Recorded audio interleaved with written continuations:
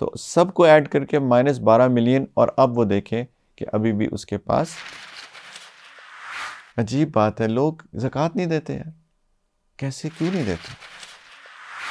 हर 10 मैंने 10 लाख फरहान को दिए हुए हैं, और वो मैंने जो है ना 1 लाख अब्दुल्ला को दिया हुआ है, तो वो थोड़ा दिमाग लड़ाना पड़ता है। अब नेक्स्ट बात ये है कि हम बात कर रहे हैं कि गोल्ड और सिल्वर, इसी को हम कंसिडर करते हैं। तो गोल्ड और सिल्वर है क्या?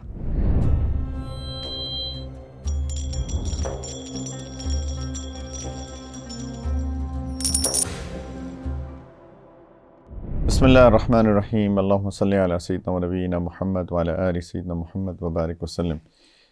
हम लोग बात कर रहे थे ज़कात कैलकुलेशन की। हम बात कर रहे थे कि निसाब जो है वो सोने और चांदी के एतबार से कैलकुलेट होता है, राइट? उसी के इक्वलेंट होता है। 612 ग्राम चांदी का निसाब है, सोने का निसाब कितना है? 87.5 ग्राम्स। लेकिन चूंकि चांदी का निसाब जो है वो कम है, तो उसकी कैश वैल्यू के एतबार से तो उसी को कंसिडर करेंगे हम लोग, क्योंकि उसमें गरीबों का फ़ायदा ज़्यादा है। इसलिए हमने ये बात भी की, मैं रिकैप कर रहा हूँ थोड़ा सा। हमने ये बात भी की कि जिस दिन इंसान साहिब निसाब बनता है वो मार्क कर लेता है डेट, और उसके एग्जैक्टली 1 साल बाद देखता है कि अगर आज भी वो साहिब निसाब है तो वो ज़कात अपनी निकाल लेगा, और अगर 1 साल बाद वो साहिब निसाब नहीं है तो फिर वो ज़ाहिर बात है ज़कात नहीं देगा। एक एक्सेप्शन हमने बात की थी, एक्सेप्शन ये थी कि अगर इस पूरे साल में कहीं भी वो ज़ीरो या नेगेटिव में चला जाता है तो फिर वो अपनी पुरानी डेट जो उसने मार्क की थी उसको कैंसिल कर देगा। दोबारा से जब वो साहिब निसाब बनेगा उस डेट को मार्क करेगा और उससे 1 साल को कंसिडर करेगा। एक सवाल पूछा गया था, ये सवाल ये है, ये अब नई बात है। सवाल ये पूछा गया था कि मिसाल के तौर पे एक शख्स साहिब निसाब बना किसी एक तारीख को, मिसाल के तौर पे 21 रजब को 1444, और पूरा साल वो ज़ीरो नहीं हुआ, तो वो 1 साल बाद देखेगा 21 रजब 1445 को, बना 1446 को देखता है वो, लेकिन उस दिन उसके पास निसाब से कम है। यही सवाल था आपका कि उस दिन वो उसके पास निसाब से कम है, तो अब वो क्या करेगा? तो ऑफ कोर्स चूंकि उसके पास निसाब से कम है तो वो ज़कात नहीं देगा, क्योंकि ज़कात तो देनी ही साहिब निसाब को है। लेकिन व्हाट्स नेक्स्ट? अब क्या करें? तो अब भी वो अपनी डेट को भूल जाए। अब जब कि दोबारा वो साहिब निसाब बने, उस डेट को मार्क कर ले और वहाँ से वही साइकिल शुरू कर दे जो कि उसको करना है। तो बेसिकली ज़कात के अंदर एक साइकिल को, 1 साल के साइकिल को कंसिडर किया जाता है। अगर साहिब निसाब बना एक दिन को, एक डेट को, उसके पूरे 1 साल बाद देखेंगे कि वो साहिब निसाब है कि नहीं है। अगर बीच में ज़ीरो नहीं हुआ, उस केस की बात हम कर रहे हैं। उस साल भी अगर साहिब निसाब है, इसका मतलब पूरा साल उसको गुजर गया, जिसको हौलान हौल कहते हैं अरबी ज़बान में, एक पूरे साल का गुजर जाना। तो 1 साल जब गुजर गया उस पर भी साहिब निसाब है, उसने अपनी ज़कात कैलकुलेट कर ली। अगर इस दिन वो नहीं था तो साइकिल कंप्लीट हो गया, या साहिब निसाब नहीं है, तो अब वो इंतज़ार करे जब वो साहिब निसाब बनेगा। जब वो साहिब निसाब बनेगा, अब उस डेट को मार्क कर ले, अब उसका साइकिल शुरू होगा। अब उसके बाद पूरा एक साल का साइकिल उसी तरीके से वो पूरा करेगा। ठीक है। अब नेक्स्ट बात यह है कि हम बात कर रहे हैं कि गोल्ड और सिल्वर, इसी को हम कंसिडर करते हैं। तो गोल्ड और सिल्वर है क्या? मिसाल के तौर पे किसी खातून के पास एक नेकलेस है, तो नेकलेस उसका जो एक डोमिनेंट चीज़ है वो गोल्ड है, लेकिन हो सकता है गोल्ड के अलावा और भी उसके अंदर चीज़ हो। मिसाल के तौर पे उसके अंदर स्टोन्स भी लगे हुए हैं, और स्टोन्स की हो सकता है जहाँ स्टोन लगा है उसकी जो होल्डर है वो भी किसी मटेरियल का हो, व्हाटएवर, कॉपर का है, आई डोंट नो। तो जो चीज़ हमने कंसिडर करनी है वो गोल्ड और सिल्वर करनी है, वो हमने कंसिडर करनी है। गोल्ड और सिल्वर के अलावा कोई भी स्टोन हो, कोई भी प्रेशियस स्टोन हो, डायमंड्स हो, प्लैटिनम हो, व्हाटएवर, उस पे ज़कात नहीं है। ज़कात सिर्फ गोल्ड, 4 याद करें, गोल्ड, सिल्वर, कैश, गुड्स और मर्चेंडाइज, बस ये 4 चीज़ें इस कैटेगरी में हमने कंसिडर करनी है, और कोई भी चीज़ नहीं है, प्लैटिनम, डायमंड, व्हाटएवर, उसको उसको कंसिडर नहीं करेंगे। तो अगर एक नेकलेस है फॉर एग्जांपल, तो उस नेकलेस में हमने देखना है कि गोल्ड कितना है। अब उसके लिए हो सकता है कि हमें एक दफ़ा ज़िंदगी में, मिसाल के तौर पे किसी लड़की की शादी हुई है, उसको गिफ्ट मिला है गोल्ड सेट, तो एक दफ़ा ज़िंदगी में उसको ले जाए किसी ज्वेलर के पास और ज्वेलर से पूछे कि भाई मुझे बताओ कि इस नेकलेस में गोल्ड कितना है। और एक और चीज़ भी उसको देखनी है, और ये देखना है कि गोल्ड है और कितने कैरेट गोल्ड है, कितने कैरेट गोल्ड है। अगर किसी भी चीज़ के अंदर गोल्ड 50% से ज़्यादा हो तो उसको गोल्ड कंसिडर करते हैं। अगर किसी भी चीज़ के अंदर 50% से लेस हो तो उसको गोल्ड कंसिडर नहीं करते, मेजॉरिटी का कंसिडर किया जाता है।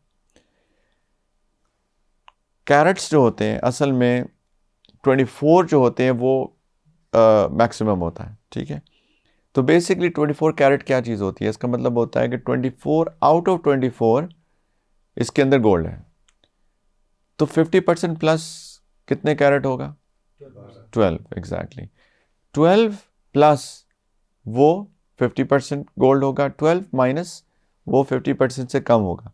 तो जनरली जितना मुझे पता है, मैं कोई ज़्यादा सोने का शौकीन भी नहीं हूँ, ना सोने के बारे में मुझे बहुत सा इन्फॉर्मेशन है, लेकिन जहाँ तक मेरी इन्फॉर्मेशन है, मुझे करेक्ट कर दें, कि 9 कैरेट होता है, उसके बाद 14 कैरेट होता है, उसके बाद 18 कैरेट होता है, 22 कैरेट होता है, 24 कैरेट होता है। ये जनरली गोल्ड के अंदर ये कैरेट्स होते हैं। तो इस अगर यही है तो 9 कैरेट 50% से लेस गोल्ड है, ज़्यादा है, लेस है। तो 9 कैरेट गोल्ड की अगर किसी की सास ने उसको तोहफा दिया है ना, मजाक कर रहा हूँ भाई, सासें नाराज़ ना हो जाए ये वीडियो देख के। नहीं, सासें तो 28 कैरेट देती हैं माशाल्लाह। तो अगर किसी ने 9 कैरेट किसी के पास सोना है तो वो उस पर ज़कात होगी कि नहीं होगी? उसको ज़कात के लिए कंसिडर नहीं करेंगे। ये गोल्ड ही नहीं है, ये समझे कोई आर्टिफिशियल चीज़ है जिसके अंदर थोड़ा सा गोल्ड शामिल है। इसी तरीके से कोई कॉपर है, उस पर गोल्ड प्लेटेड है, तो इसका कोई कंसिडरेशन नहीं है, इसके कोई एतबार नहीं है, क्योंकि ये गोल्ड नहीं है। तो 12 प्लस कैरेट्स जितने भी हैं उसको हम कंसिडर करेंगे। और अगर किसी के पास, जारी बात है, हम उसकी वैल्यू देखेंगे ना, हमने देखना है कि मैं निसाब हूँ कि नहीं। तो अगर किसी के पास 14 कैरेट है तो उसकी वैल्यू किसके एतबार से देखेंगे भाई? 14 के एतबार से। सारी बात है, 24 कैरेट के एतबार से तो नहीं देखेंगे। तो मैंने उसकी वैल्यू देखनी है। जिस दिन मैं साहिब निसाब हुआ, किसी ने मुझे या किसी लड़की को किसी ने गोल्ड सेट दिया, उसने पहली दफ़ा बुलूगत के बाद, तो उसने कहा ओह कहीं मैं साहिब निसाब हो तो नहीं गई, कहीं ये 27.5 ग्राम से ज़्यादा गोल्ड तो नहीं है, राइट।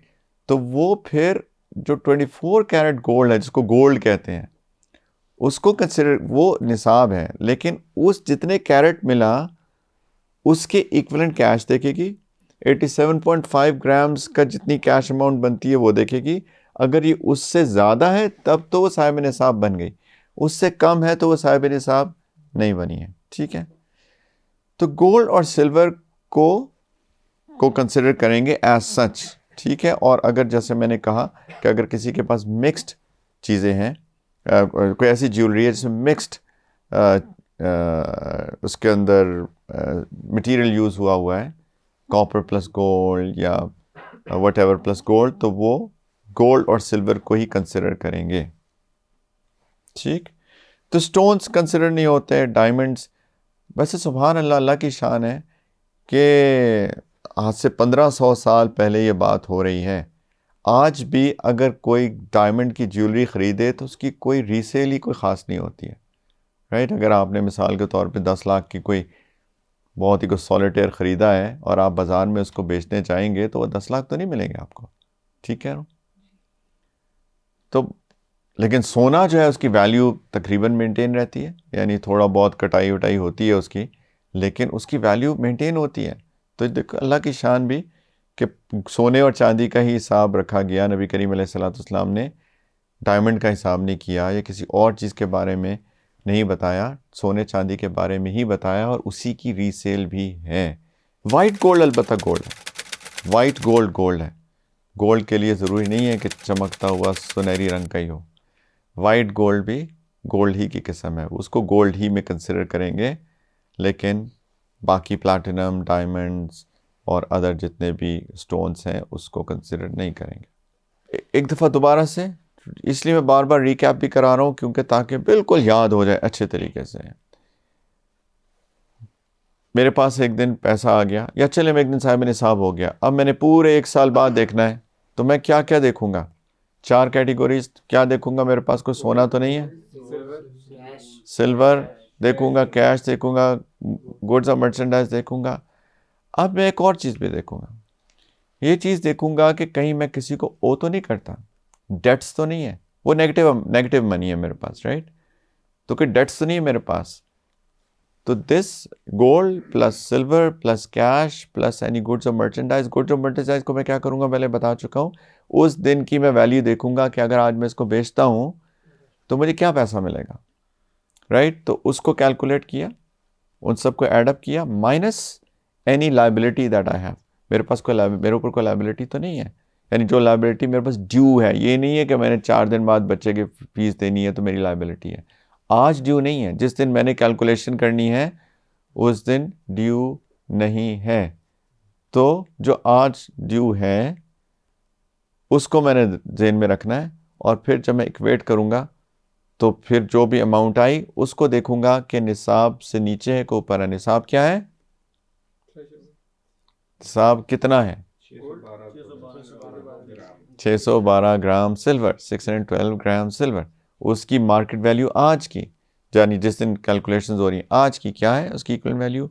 इसको देखूंगा, अगर ये उससे नीचे, मेरे पास जो है वो उससे नीचे है तो मैं साहिब निसाब नहीं हूँ, मुझे ज़कात नहीं देनी है।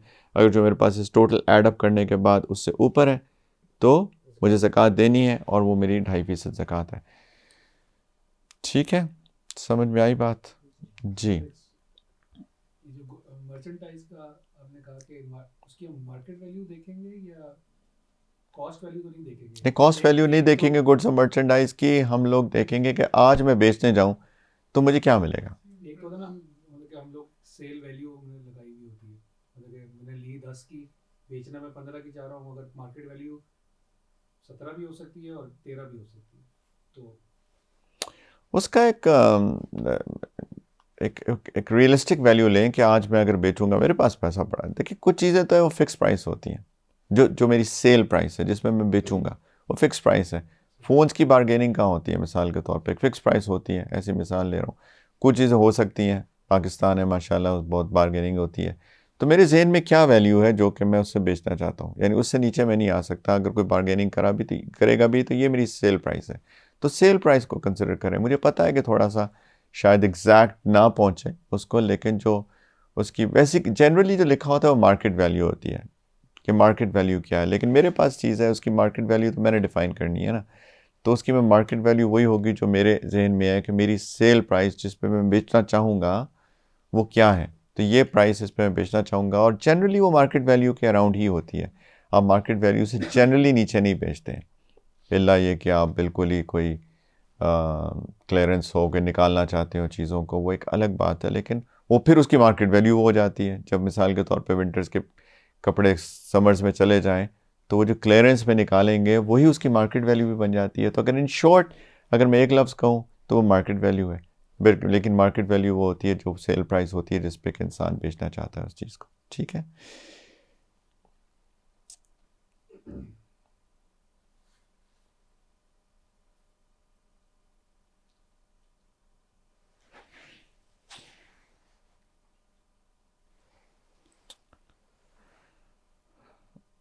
अच्छा, एक बहुत अहम बात,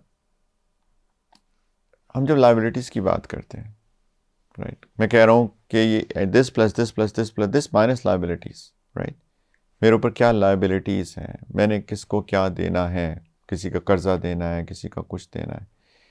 उसके अंदर एक कॉमन सवाल पैदा होता है, इससे पहले कि आप सवाल आए ऑडियंस से, मैं खुद ही करता हूँ कि कई दफ़ा ऐसा होता है कि इंसान ने मॉर्टगेज के ऊपर, इस्लामिक मॉर्टगेज के ऊपर घर लिया हुआ है, इस्लामिक प्रिंसिपल्स के मुताबिक गाड़ी ली हुई है, राइट। अब उसके ऊपर जो लाइबिलिटीज़ फुकाहा ने कहा ना, क्योंकि अब उसको मंथली इंस्टॉलमेंट्स देनी है उसकी, और मिसाल के तौर पे अगले 20 साल तक देनी है उसको, राइट। तो उसके ऊपर असल में तो लाइबिलिटी 20 साल, मिसाल के तौर पे उसने 50 मिलियन का घर खरीदा, डॉलर्स नहीं रुपीस, यूनिट्स भी तो ज़रूरी होते हैं ना बताने। तो 50 मिलियन रुपीस का मिसाल के तौर पे उसने घर खरीदा, और उसने 20 साल की लाइबिलिटीज पर मंथ जो उसकी है वो क्या बनेगी अप्रॉक्सीमेटली, जो भी बनेगी, ऐसे एज्यूम करते हैं 10 लाख रुपया, ठीक है, जो भी बनती है, उसके प्रॉफिट रेट भी होगा और वगैरह वगैरह, जो भी ऐसे एजम्पशन कर लेते हैं 10 लाख रुपया। तो अगर उसने टोटल ऐड कर लिया 50 मिलियन, तो फिर तो ज़िंदगी में वो कभी ज़कात ही नहीं देगा जब तक, अगले 20 साल तक। तो वो क्या कंसिडर करे, तो उसके अंदर फुकाहा ने ये कहा कि आप जो पूरा जो साइकिल है आज से लेकर अगले साइकिल, अगले डेट तक, इस साइकिल में जितनी आपकी उसमें लाइबिलिटीज बनती हैं ना, तो वो डिडक्ट कर लें। समझ में आई? तो मिसाल के तौर पे पर मंथ 10 लाख है, तो 10 लाख इंटू 12 मिलियन, राइट। तो 10 लाख 1 मिलियन होता है, तो एक यूनिट रखें ना, वो लाख है तो लाख रखें, मिलियन तो मिलियन करें। हाँ, तो 1 मिलियन उसकी पर मंथ है लाइबिलिटीज मिसाल के तौर पे, यानी इस केस में जो उसको कंसिस्टेंट उसको देनी है, तो एक अगला साइकिल की कंसिडर कर ले लाइबिलिटीज, इस केस में 12 मिलियन, तो सबको ऐड करके -12 मिलियन, और अब वो देखें कि अभी भी उसके पास निसाब से ज़्यादा है कि नहीं, अगर है तो दे दे, नहीं है तो उसके ऊपर ज़कात नहीं बनती है, ठीक है। ऑलराइट, अब आते हैं कि हिसाब, एक होता है निसाब, एक होता है हिसाब, एक होता है निसाब, एक होता है हिसाब। हिसाब क्या होता है? कैलकुलेशन, कितनी ज़कात बनती है मेरे ऊपर, मैंने ज़कात कितनी देनी है, इसको कहते हैं हिसाब, ठीक। तो हिसाब में आपको बता चुका हूँ, ये जो कैटेगरी है ना, गोल्ड, सिल्वर, कैश, गुड्स और मर्चेंडाइज की, इस कैटेगरी का हिसाब है 2.5%, 2.5%, 40वां हिस्सा, 1/40th। अब तो याद रहेगा, कोई ना कोई फिगर तो याद रह जाएगी ना। 40 में से एक, 39 हिस्से आपके, एक अल्लाह का। अजीब बात है, लोग ज़कात नहीं देते यार, कैसे, क्यों नहीं देते? असल में मसला पता क्या होता है, जिनके पास होते हैं ना बहुत सारे पैसे, वो जब उनको 40, एक हिस्सा 40 में से देना पड़ता है ना, वो भी जब इतना बड़ा बन जाता है ना, वो कहते ओ माय गॉड, इतना बड़ा कैसे दें। लेकिन वो ये नहीं सोचते कि 39 हिस्से उनके पास पड़े हुए हैं, जबकि उनको क्या चाहिए था, उनको चाहिए था कि 2-4 हिस्से और भी दे देते, नफल, हाँ, और भी देने चाहिए। 35 अपने पास रख लें, 5 हिस्से अल्लाह के लिए दे दें, 30 रख लें, 10 अल्लाह को दे दें, जो भी जितना भी अल्लाह ने बड़ा दिल दिया हो, इंशाल्लाह वापस आएगा, फिक्र नहीं करें। और अल्लाह के यहाँ जो स्टोर होगा वो तो सुभान अल्लाह, उसका कोई हिसाब किताब ही नहीं है। तो ये सोचें कि 39 हिस्से आपके हैं, एक हिस्सा मेरा है, तो 2.5%, 2.5 बड़ा नंबर लगता है, मैं 40 में से एक, है ना, 80 में से आधा, जितने मर्जी उसको डिवाइड कर ले, जितने मर्जी हिस्से करके, सुभान अल्लाह, नहीं 80 में से दो, आई एम सॉरी, 80 में से दो, अपॉलॉजीज, 20 में से आधा। तो खैर, तो 2.5%, ठीक है। और मैं आपको कैलकुलेशन का तरीका बता चुका हूँ, रिकैप करना चाहते हैं तो हम कर सकते हैं। तो हमने इस्लामिक डेट लिख ली जिस दिन में साहिब निसाब बना, ठीक, डेट लिखी है जिस दिन पहले दफ़ा साहिब निसाब बना। उसके बाद मैंने पूरा 1 साल बाद गया, और हम डेट, इस्लामिक डेट की बात कर रहे हैं। उस दिन मैंने क्या किया, अपने बैठ के कागज़ पेंसिल लेके बैठा, और मैंने देखा गोल्ड कितना है, देखा सिल्वर कितनी है, देखिए कैश कितना है। और कैश के लिए थोड़ा ढूंढना पड़ता है, थोड़े जेबों में हाथ डालने पड़ते हैं, वो अंदर जो जैकेट लटकी हुई है उसकी जेब में भी जाके हाथ डालने पड़ते हैं, बैंक्स देखने पड़ते हैं, कई माशाल्लाह 3-3 बैंक्स होते हैं उनके पास, हर बैंक को देखना पड़ता है।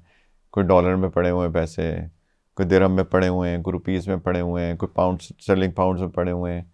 होता है कुछ लोग ट्रैवल करते हैं, उनका उन सब को निकाल के सामने रखे, राइट। गुड्स और मर्चेंडाइज सबके पास नहीं होती, हर बंदा ताजर नहीं होता, लेकिन ये 3 चीज़ें तो कईयों के पास होती हैं, राइट। तो उन सबको देखें, फिर क्या करें, उस गोल्ड का आज का रेट देखें और उसकी वैल्यू लिख लें। सिल्वर का आज का रेट देखें, वैल्यू लिख लें। पाउंड स्टर्लिंग की इक्विवेलेंट आज देखें कितना है करेंसी एक्सचेंज से, डॉलर्स के, दिरहम्स के, जो भी करेंसी पड़ी है उन सबको एक यूनिट में ले आए और उसे एक यूनिट पे लाकर उसको 2.5% निकालें और वो अपने पास स्टोर करके रख ले, ये मैंने ज़कात इतनी देनी है। फिर थोड़ी सी सुख के सांस लें।